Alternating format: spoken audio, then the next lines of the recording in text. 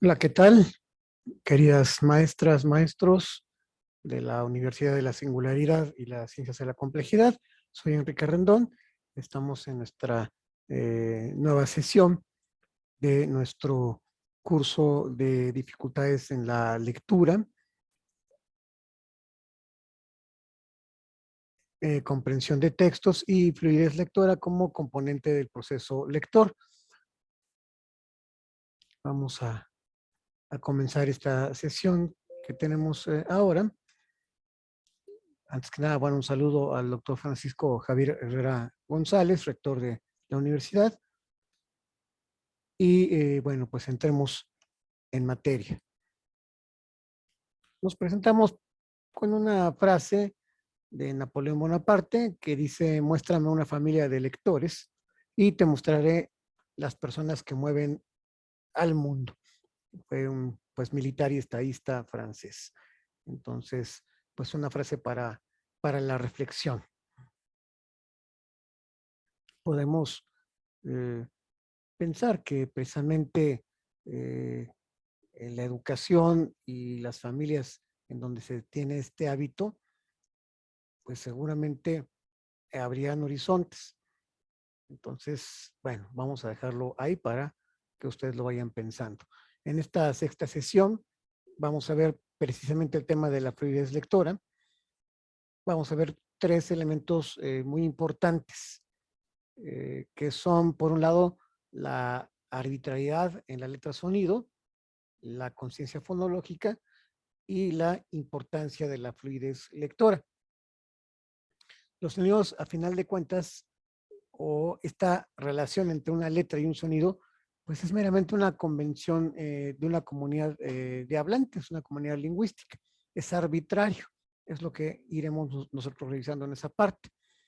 La conciencia fonológica es precisamente qué conciencia tenemos precisamente acerca de los sonidos. Fonológico, bueno, viene de la palabra fonos, que significa sonido precisamente. Qué tanta conciencia tenemos de los sonidos. Y también, bueno, pues qué importante va a ser que podamos tener una fluidez lectora que será producto de entender esta relación letra-sonido y de tener conciencia de ello. En cuanto a la importancia de la fluidez lectora, pues vamos a decir algo importante, ¿no? La fluidez lectora es fundamental para alcanzar un óptimo grado de comprensión de lo que se lee.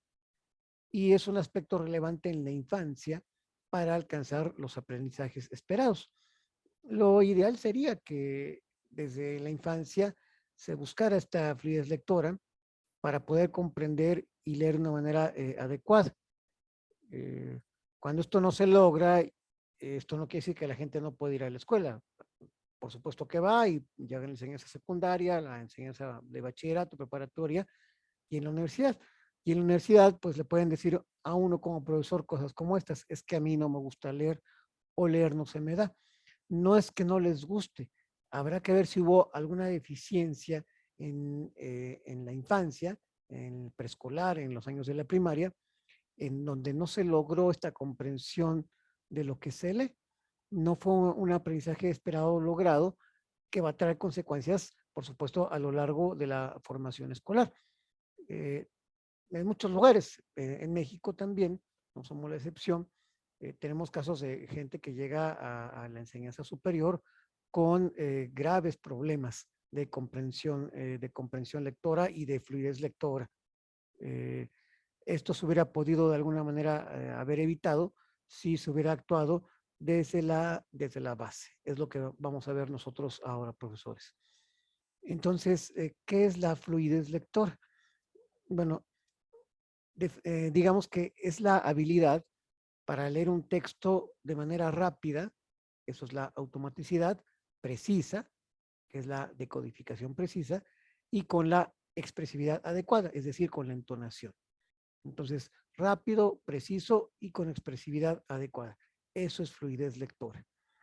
Aquí, bueno, el objetivo es que los alumnos la adquieran porque permite un nexo entre el reconocimiento de las palabras y su comprensión, y también que la fluidez correcta, digámoslo así, pues se adquiere con el tiempo, con la práctica y con una constante retroalimentación. O sea, no nacimos con una fluidez lectora inmediata. Es una cuestión de entrenamiento.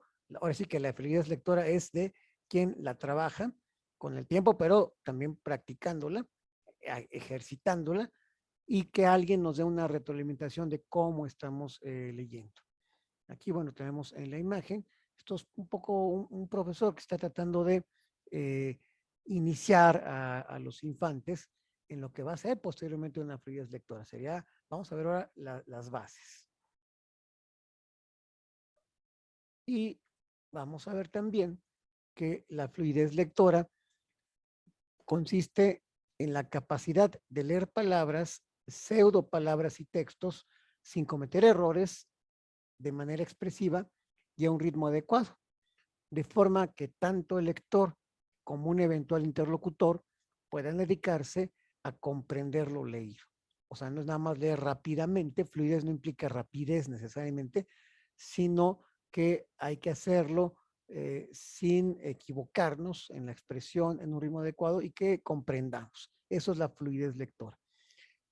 Entonces, pues se consideran componentes fundamentales de la fluidez lectora estos tres elementos. Por un lado, la precisión en la decodificación, como segundo elemento, el reconocimiento automático de palabras y como tercer elemento, su lectura expresiva o prosódica. Esos son los componentes fundamentales de la fluidez lectora. Aquí vemos a una niña que está, bueno, con estas cuestiones de FOMI con las letras, pues tratando de identificarlas.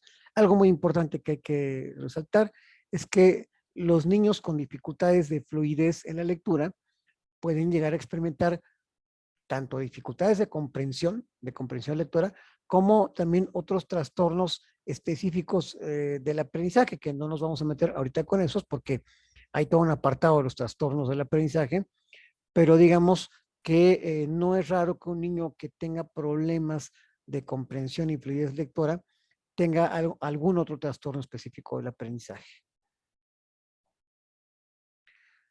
Entonces, hagámonos esta pregunta. ¿Por qué es importante la fluidez lectora? Y no nada más en los niños, porque es importante en los adolescentes, en los adultos y en la gente mayor. Vamos a intentar responder esta pregunta, diciendo que pues un lector fluido no tiene que parar para descifrar cada palabra. Más bien, puede leer la mayoría de las palabras automáticamente, como lo podemos ver en esta imagen de esta niña que está leyendo un libro y que no separa cada palabra para descifrarla. O nosotros, cualquier lectura que tomemos, si nos paramos a cada palabra para descifrar su significado, no vamos a tener fluidez lectora y va a ser una lectura muy atropellada, muy lenta, muy aburrida y muy molesta. Entonces, esto significa que el lector puede centrar su atención en el significado del cuento o del texto. O sea, como no estoy parando, sino estoy leyendo automáticamente, puedo entonces decodificar el sentido de la novela, del cuento, del texto, hablando de literatura o de cualquier otro texto, digamos que sea un texto más técnico. Entonces, por este motivo, la fluidez tiene una importancia central. O sea, es el puente entre descifrar palabras y comprender lo que se ha leído. Estoy yo leyendo un libro, como cualquiera, vamos a tomar ahorita eh, alguno, bueno, este de aquí, ¿no? Entonces estoy leyendo algo y no nada más se trata de descifrar la palabra, sino de entender y de una manera continuada. Uh-huh. Además, también la fluidez lectora pues es un componente de una lectura eficaz. Eso pues también es muy importante mencionarlo. Todo eso, por eso es importante la fluidez lectora. Desciframos, entendemos automáticamente, eh, entendemos el significado, por eso es importante la fluidez y tenemos un nivel de comprensión importante. Y bueno, esto nos lleva a hablar sobre pues, las dificultades en el aprendizaje lector. Eh, en estas dificultades pues, nos podemos preguntar por qué surgen las dificultades para aprender a leer. A todos nos costó trabajo aprender a leer. Ustedes, acuérdense, profesoras, profesores, en su infancia, qué tan difícil o qué tan fácil les fue aprender a leer, o qué tan difícil o fácil les toca ahora con sus alumnos, o qué tan difícil aún hoy, con la edad que tengamos, nos es difícil hacer una lectura. Entonces vamos a hablar aquí pues, de los obstáculos que dificultan el aprendizaje de la lectura. El primer obstáculo pues surge al tratar de discriminar visualmente las letras. O sea, nosotros tenemos 27 letras en nuestro alfabeto hispánico, y eso es lo primero que va a surgir, que las podamos ver y distinguir una de otra, la A de la B de la C, etcétera. Por ejemplo, con algunas letras, porque tienen un gran parecido visual. Si ustedes ven aquí en la diapositiva, tengo la letra M y la letra N, pero la grafía o visualmente son algo parecidas. De hecho, la M podría ser como una doble N. O la grafía de la E es muy parecida a la C, nada más que no tiene este palito. Y así nos podemos ir con muchas letras porque se parecen visualmente. En otros casos, otro obstáculo es porque son iguales. Estas letras son iguales, pero están en espejo, por lo que hay que distinguir la orientación. Entonces, esta letra es, pues, de alguna manera igual, pero si la veo de esta forma, es la letra B, y acá sería la letra D. Y cuántas veces, bueno, hemos visto este problema en la lectoescritura de la dislexia, en donde se van volteando las letras.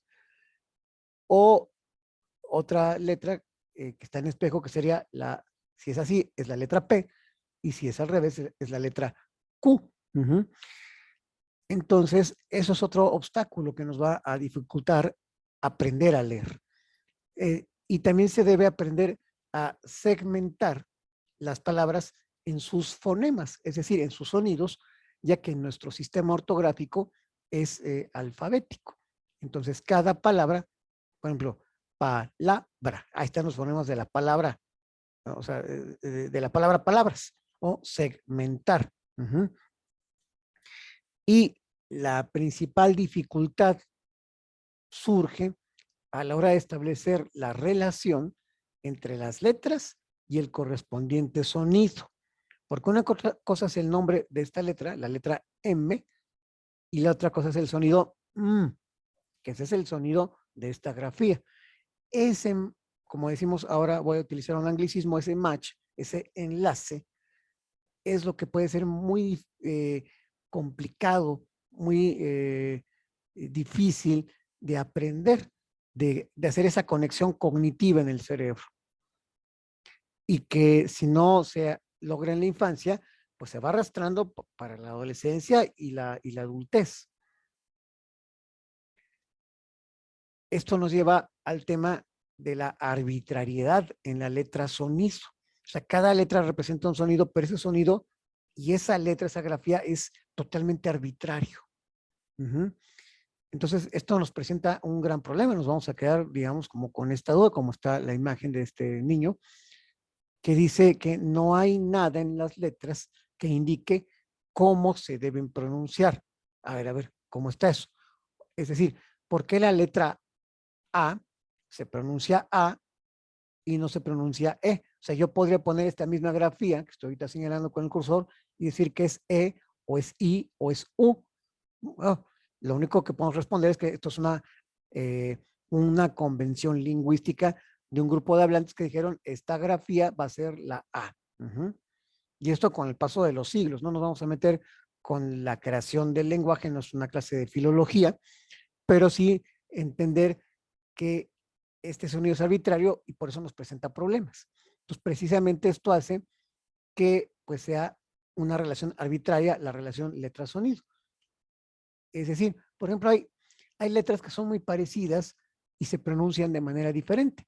Aquí tengo esta letra, la I, y esta que es muy parecida, que nos que tiene una cuestión aquí abajo, una colita, que sería la letra J, y por decirlo de alguna forma, o la letra E y la letra F mayúsculas, que son muy parecidas, pero se van a pronunciar de manera diferente, E, O, U, F, F, ¿no? Y otras, por el contrario, tienen formas diferentes y se van a pronunciar igual. Entonces, esto es lo que va siendo problemático el asunto.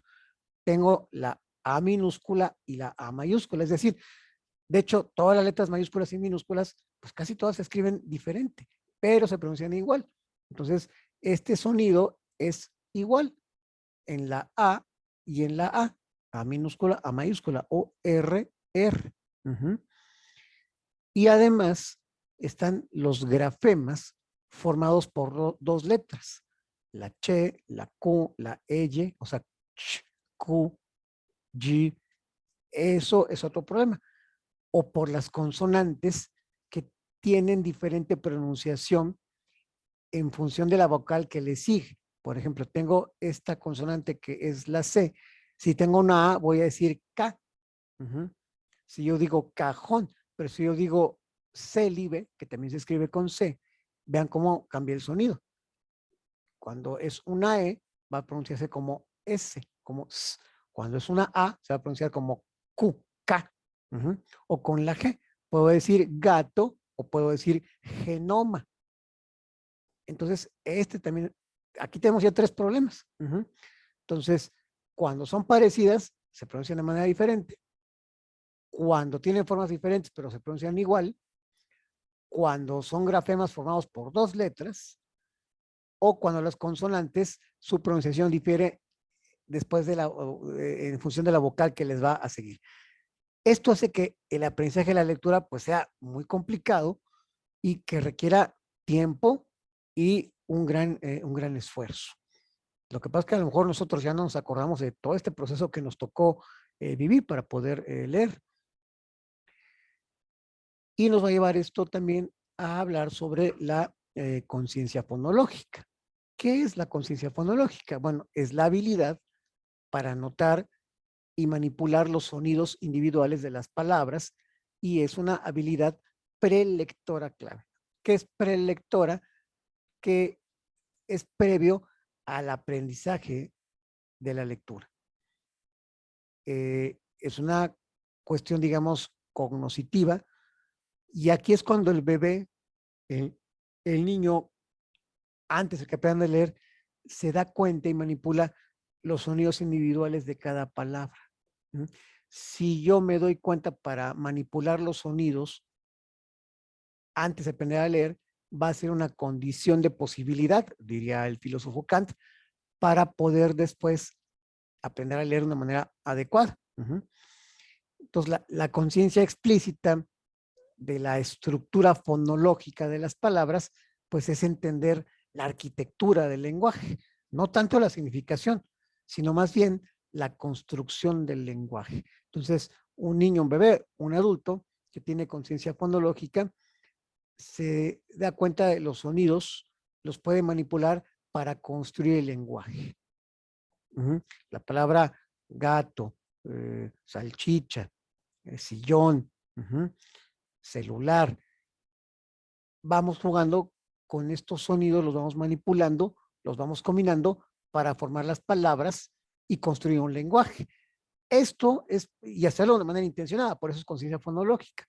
Esta habilidad, que empieza desde muy chiquitos, es lo que nos va a preparar para aprender a leer.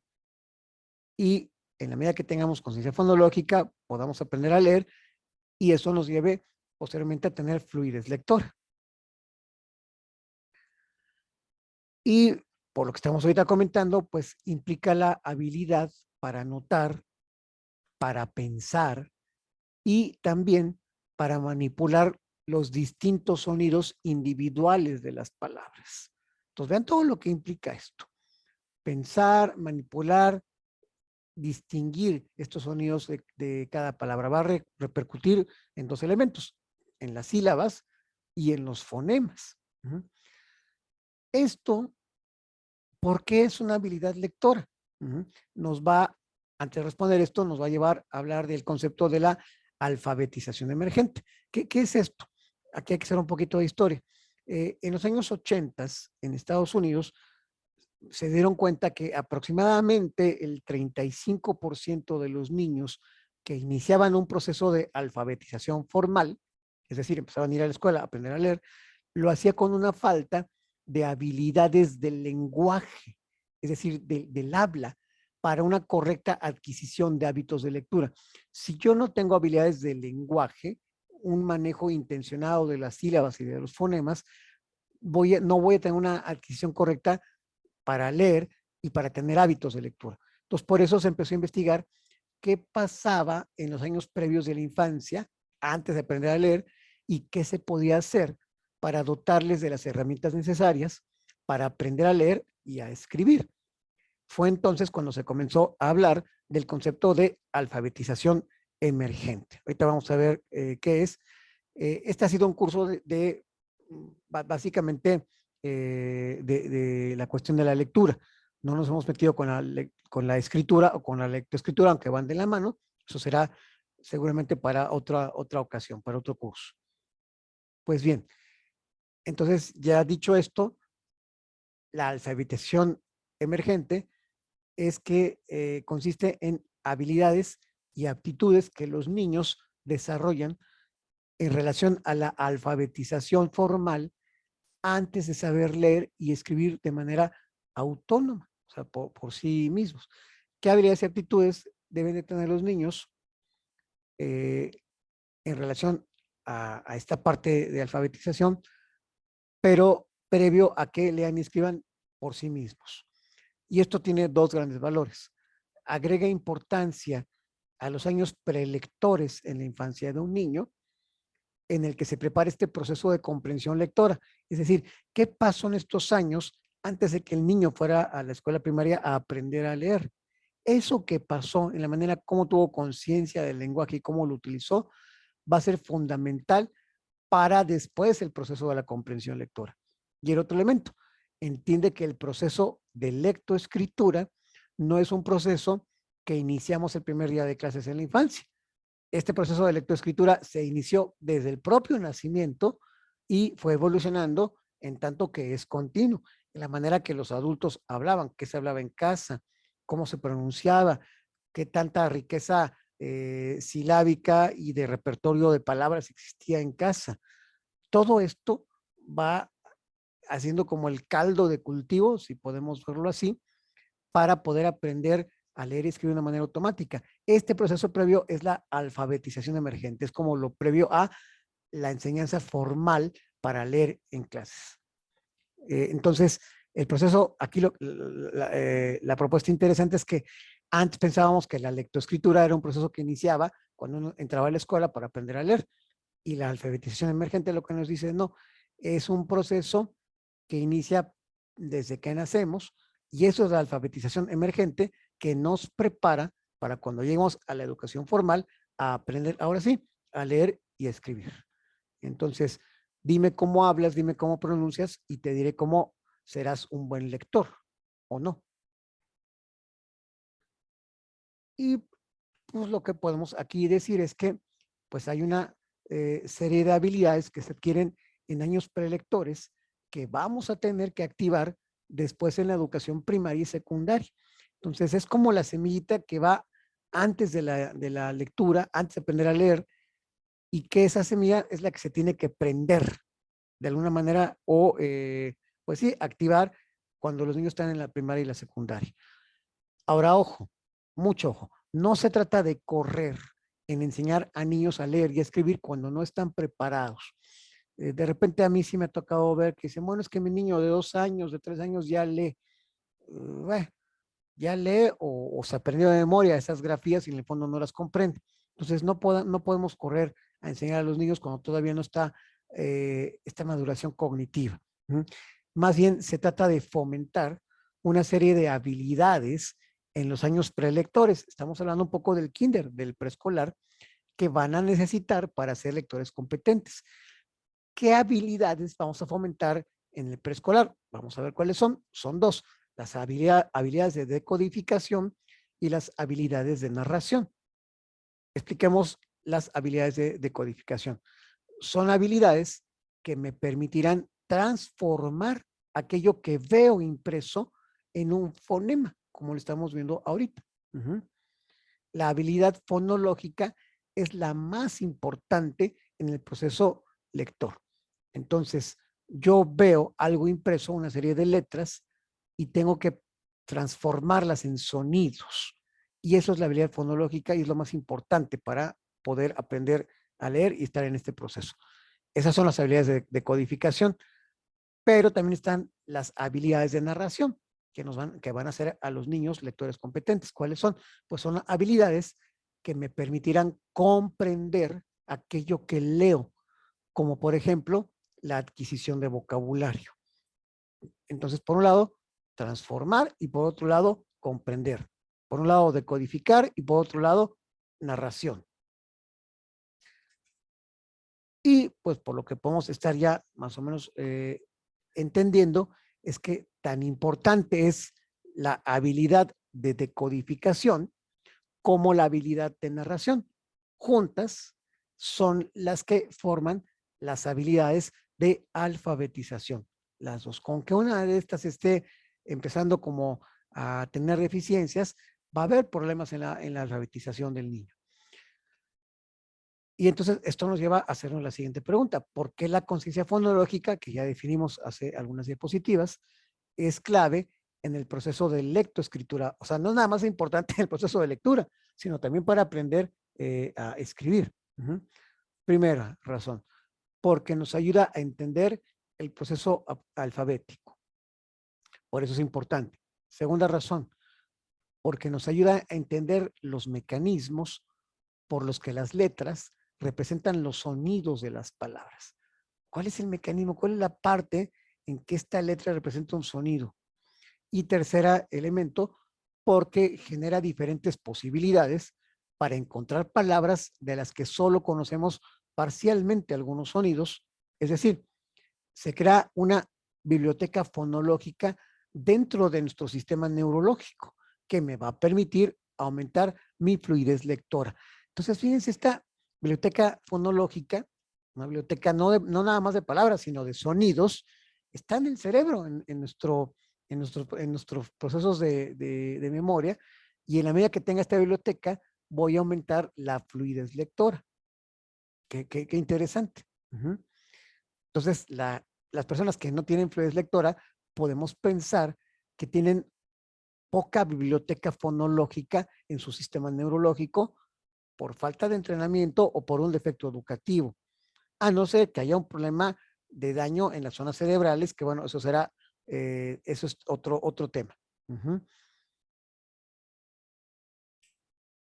Y esto nos lleva a presentar la siguiente figura, que pues, nos lleva a la siguiente pregunta, que es cómo funciona el proceso, el cerebro lector, perdón.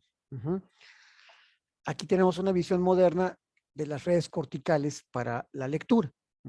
Vamos a tratar de explicarlo un poquito para que no sea tan técnico. Vamos a ver aquí estos cuadros. Vemos aquí el acceso a la pronunciación y la articulación. La pronunciación y articulación de las palabras. Y aquí tenemos a las zonas cerebrales que se encargan de hacer esto. Que por un lado, pues es la ínsula anterior, la región precentral, las regiones temporales superiores, el giro supramarginal, las que se encargan de una pronunciación y articulación adecuadas. Acá en el color amarillo tenemos algo que se llama atención arriba-abajo y lectura serial, que está ubicada en la región parietal posterior. Aquí, de este lado, estaríamos hablando de la frente, estoy señalando con el cursor, y aquí estaría la nuca. Para acá estarían, digamos, los ojos. Estamos viéndolo como un corte del cerebro. Si hablamos del acceso al significado, cuando uno está leyendo, los puntos que vemos aquí en color verde son los que se encargan de este acceso al significado. La región frontal inferior, la región temporal anterior, la región fusiforme anterior, la región temporal media y el giro angular. Estas son las zonas cerebrales. Y tenemos dos más, que tiene que ver con la estimulación visual, y el área visual, la que está en azul, está en las regiones occipitales y tiene que ver también con el área visual de formación de letras. Ahí está la caja cerebral de las letras, en la región ventro-occipito-temporal. Aquí es donde están. Entonces vean cuántas zonas del cerebro, cuántas regiones corticales están involucradas para que podamos tener una pronunciación y articulación adecuada, una atención de arriba y abajo y en la lectura serial, que podamos entender el significado, la estimulación visual que nos da la lectura, un texto y cómo se van formando las letras. No nos vamos a meter más con eso, sino para que vean todo este proceso. Por eso es tan complejo a tener comprensión y fluidez lectora. Entonces, explicándolo muy sencillamente, vamos a ver que primero se enciende la corteza visual, que está situada en el lóbulo occipital. Nos regresamos a la imagen. Aquí está el lóbulo occipital, la parte de atrás. Esto es lo primero que pasa. Esto es lo primero que se enciende. Ante un texto o un libro que uno tenga enfrente. Segundo, luego hay que identificar las letras encadenadas. Las letras encadenadas son las que van a formar palabras. ¿Sí? Luego, la información que tenemos de estas letras encadenadas, que ya vimos, va a viajar hacia dos lugares del cerebro.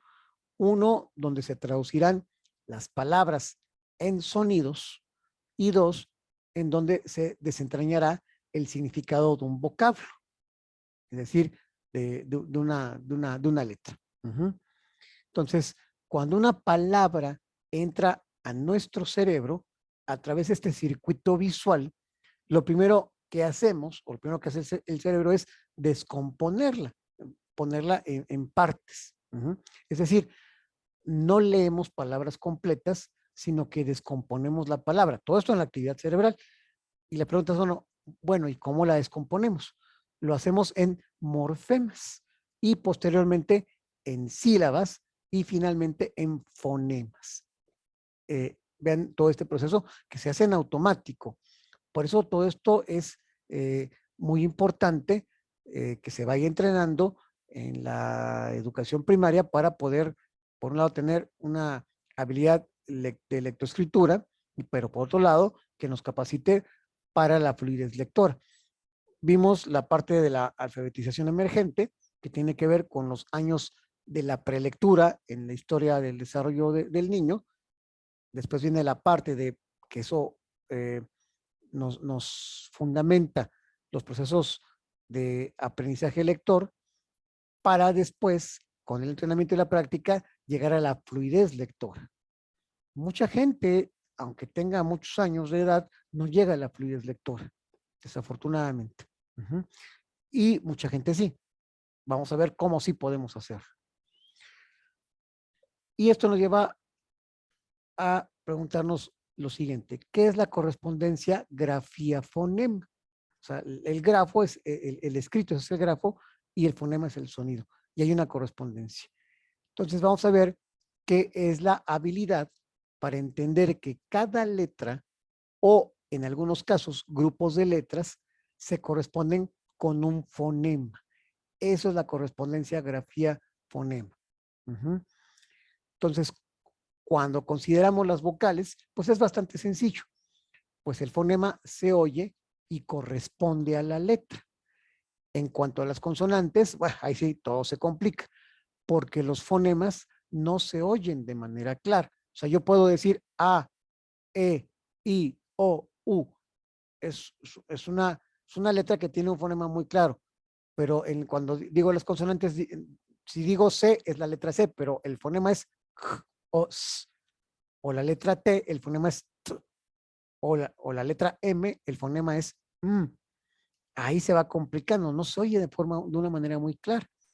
Entonces, algunos fonemas como F o S, que corresponden a la letra F o S, pues pueden pronunciarse de manera aislada, pero otros apenas se adivinan como la B de boca, ¿no? Como bu, bu. Vean qué chiquito es el fonema, o qué de un instante. Entonces aquí vamos a ver pues esta conciencia fonológica, por ejemplo, con la cuestión de las consonantes. Serpiente, ¿no? Creo que está esto en, seguramente en inglés, ¿no? Estas consonantes, ¿cómo se van a pronunciar? Y eso nos va a llevar, ya después de que hablamos de la correspondencia grafía-fonema, pues a la pregunta de cuándo y cómo trabajar esta correspondencia grafía y fonema. Entonces, lo primero que tenemos que decir es que para aprender a leer debemos enseñar explícitamente el código alfabético o lo que es lo mismo, la correspondencia grafía-fonema antes del proceso de decodificación.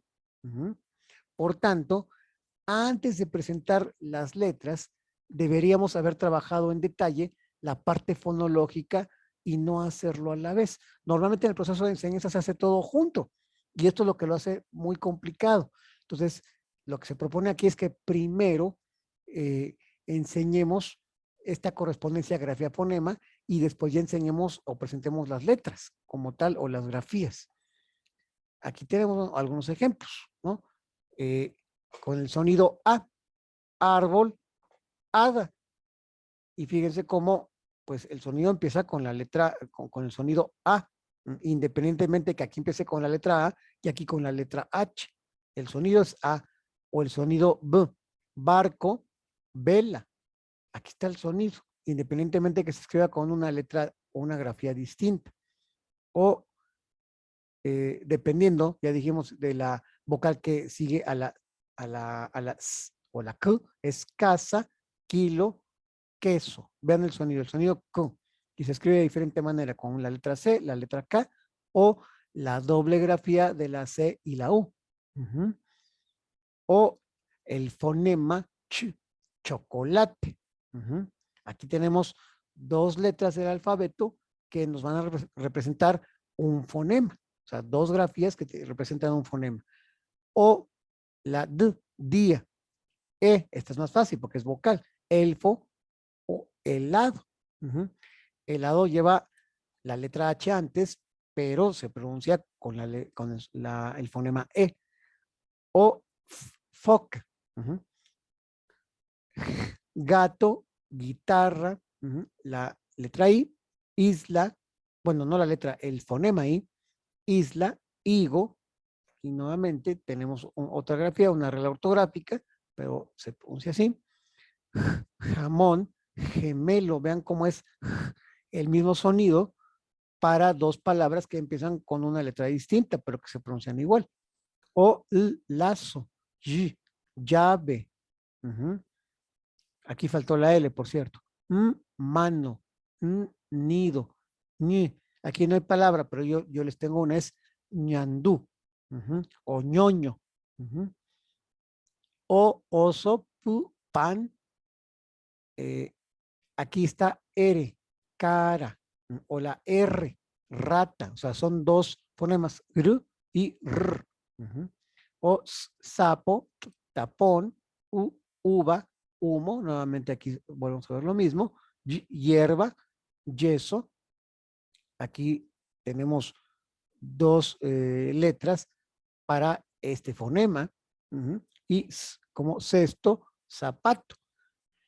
Entonces, a ver si puede explicarme. Una cosa es poner estas grafías como fonemas a ponerlas como las letras del alfabeto. Y normalmente en la educación para la lectura todo lo juntamos. Entonces queremos que el niño se aprenda por un lado la letra y a la vez el fonema. Entonces el niño no le cabe en la cabeza de por qué esta letra que se escribe así, luego la pronunciación no es con J. ¿Por qué gemelo no se escribe con J? Por ejemplo, entonces aquí es donde se cruzan los cables, por decirlo en un lenguaje coloquial. Entonces, antes de que presentemos las letras, primero trabajemos el sonido, es decir, la parte fonológica, para que podamos mejorar esta parte de la grafía y el fonema, y por lo tanto aprender a leer y luego escribir mejor. ¿Cómo podemos hacerlo? Bueno, con una serie de actividades que aquí nada más las vamos a comentar rápidamente. Una vez que el niño es capaz de identificar los sonidos iniciales, o sea, los fonemas, podemos pasar a la correspondencia grafía-fonema. Y algunas actividades que podemos usar son las siguientes. Una es lo que se llama la caja de los sonidos. ¿Qué es la caja de los sonidos? Es una herramienta Montessori que nos permite de manera muy experiencial conectar las letras con su fonema, con su sonido. La idea es que tenemos una caja y en cada cajón escribimos una letra del alfabeto y enseñaremos a los niños el fonema de cada una y colocaremos objetos que empiecen con esa letra.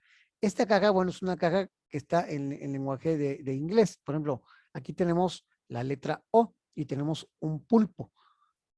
¿Por qué es la letra O? Porque, bueno, pulpo en inglés se dice octopus. Entonces, el niño identifica el animal octopus y entonces primero está el fonema y acá tenemos la grafía, el grafo, que es la letra O.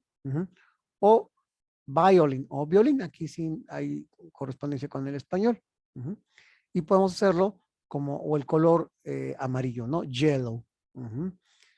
Y así con todos los objetos. Entonces, esta es una forma, ¿no? Y que puede ser incluso muy lúdica para los niños que van a empezar a hacer esta correspondencia grafía-fonema. Otra actividad que podemos tener es la del bingo de letras. Aquí vamos a jugar al bingo de las letras, es decir, que los niños tendrán un tablero con letras y la maestra dirá el sonido de una letra y los niños tendrán que taparla en caso de tenerla en su tablero. Aquí tenemos varios tableros de bingo, entonces la maestra dice una letra y los niños la van tapando. Hasta que, bueno, dicen bingo cuando se terminó. Entonces también incluso hay una parte de motivación y de lúdica.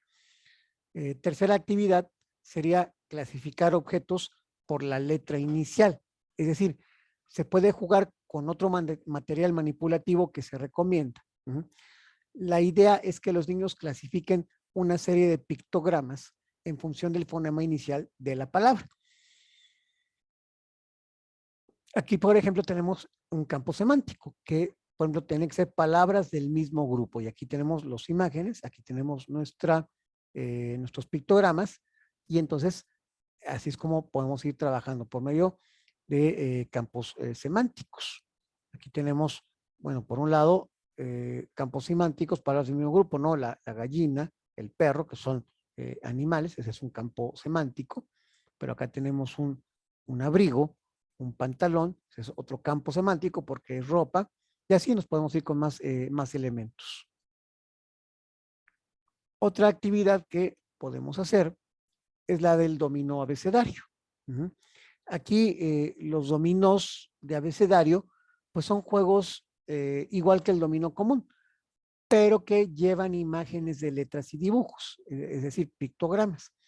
Entonces, la idea es unir las grafías con fonemas y una manera pues divertida y efectiva de practicar pues la correspondencia grafía-fonema. Y aquí tenemos, ¿no? Tenemos por un lado la palabra ardilla, está la palabra, aquí está el pictograma, la ardillita y la letra A, o la palabra buitre, la letra B, el pictograma, y aquí tenemos, por ejemplo, la letra en minúscula y acá en mayúscula, igual con buitre o cerdo, delfín, estrella, fantasma, gato, hada, iguana, y vamos viendo las letras del alfabeto, A, B, C, D, E, F, G, H, I, y así podríamos tener todo nuestro dominó. Sería interesante que ustedes pudieran hacer un dominó o una caja de sonidos, lo que ustedes consideren más conveniente para ver pues cómo puede funcionar esto. Hasta aquí, digamos, estas actividades que pues les invito a que puedan ustedes en algún momento experimentar. Ya para ir recapitulando y terminando esta sesión, en nuestra última parte, pues veamos lo último, que es la importancia de la fluidez, lectora. Vamos a agregar esta palabrita para que nos quede más claro, de la fluidez lectora. Aquí está. Vamos a ver aquí que un lector fluido no tiene que parar para descifrar cada palabra, como habíamos comentado. Más bien, puede leer la mayoría de las palabras automáticamente o de manera seguida. Por eso es fluido. Esto significa que el lector puede centrar su atención en el significado del cuento o el texto o la novela. Como va siendo fluido, puedo entonces atender al significado más que descifrar o decodificar cada palabra. Por este motivo, la fluidez tiene una importancia central. Es el puente entre descifrar palabras y comprender lo que se ha leído. O sea, a la vez lo vamos haciendo, vamos descifrando las palabras, pero a su vez también vamos comprendiendo ese encadenamiento de palabras y de sentido. Además, es un componente de la lectura eficaz. Y bueno, esto puede hacerse de una forma pues muy placentera, como podemos ver la cara aquí de esta chiquita.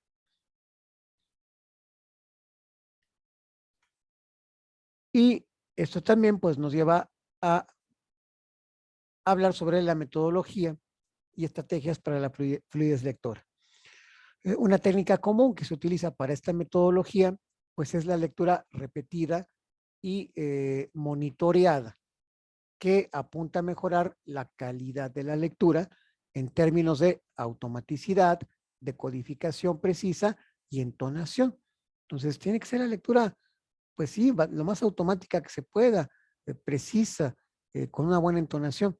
Para lograr un proceso exitoso, en este sentido, es importante, por un lado, elegir un texto de no más de 2 o 3 minutos. O sea, uno escoge un texto para trabajar con un grupo de alumnos, pero no tiene que ser muy largo. El segundo elemento, realizar una predicción de la historia a partir del título, es decir, qué es lo que puede pasar. Tercer elemento, el docente debe modelar la lectura cuidando su entonación y dicción. Primero el profesor lee parte del texto, los niños van siguiendo la lectura y lo va cuidando mucho esto, la entonación y la dicción. Y el cuarto elemento es que los niños repitan en voz alta el texto lo más fluido posible, siempre y cuando el alumno no presente necesidades educativas especiales pues que dificulten este punto y que pues deba ser trabajado con un especialista.